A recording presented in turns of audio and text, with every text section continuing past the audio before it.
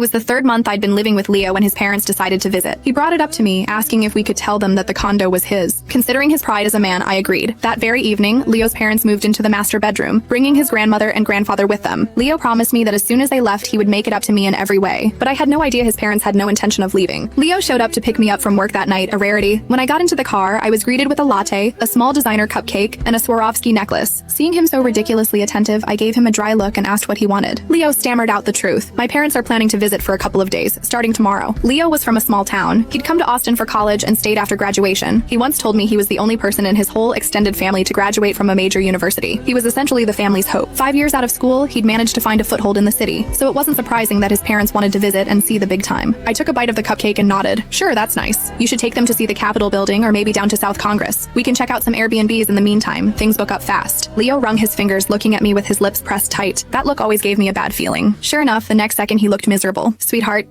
could they stay at our place? I told my parents I bought a place in the city. You know how it is. I've been out of school for 5 years, and every time they call, they ask if I've bought a house yet. I couldn't take it anymore, so I told them I did. So this trip, they're mainly coming to see the condo I supposedly bought. I stared at Leo, shocked. The man who was so straightforward and honest with me was apparently a total phony with his own family. He'd actually lied about owning a home in Austin. Leo clasped his hands together and pleaded, Sienna, just for the few days they're here, can we tell them the condo is mine? I promise they'll see the place and then they'll be gone. They definitely won't bother us. I dropped my head, slowly finishing the cupcake spoon by spoon. Only then did I sigh. Leo was hung up on his image, especially since he was the sole college graduate in the family. If his parents found out that 5 years after graduation, he was barely scraping a 6-figure salary and was living in his girlfriend's condo, a condo her parents had bought, no less, how could he ever face them again? Considering Leo's dignity as a man, I nodded and agreed. You have to promise me they'll only stay a few days, and they are absolutely not to go through any of my things. Seeing my agreement, Leo instantly snapped a salute. Don't worry, I will protect all your stuff with my life. I swear they won't touch a thing. As soon as they leave, I'll take a week off and we'll go on that cruise to the Greek Isles we talked about. Leo's parents arrived on Saturday. Leo and I went together to pick them up from the airport. I thought it was just his parents. I didn't expect his Nana and Grandpa to be there too. The two elderly people trailed behind his mom and dad. His grandpa sounded like he had a cold, coughing as he walked. He suddenly coughed up a thick wad of phlegm and spat it right onto the pavement. I nearly gagged up my lunch. Leo hurried forward to take the suitcases from his parents. I politely followed alongside him and offered a friendly greeting to his mother and father. They weren't overly warm to me, giving only a quick, dismissive nod. Our 5-seater SUV with me in it obviously couldn't fit 5 people in luggage. Leo pulled me aside and asked me to take a taxi home. Sienna, I'm so sorry. I truly didn't know Nana and Grandpa were coming. They didn't tell me. Could you please just tough it out and grab a ride home? I'll reimburse you for the fare. On the other side of the car, Leo's mom kept calling his name. Looking at his conflicted expression, I reluctantly nodded, even though I didn't want to. It was their family. Me being there would have been awkward. Seeing that I agreed, Leo threw an arm around me and kissed me. I knew you were the best. Wait for me. When my parents leave, I'll definitely take you on that trip. Leo left. His parents walked on his left, his grandparents on his right. Watching him chat and laugh with them,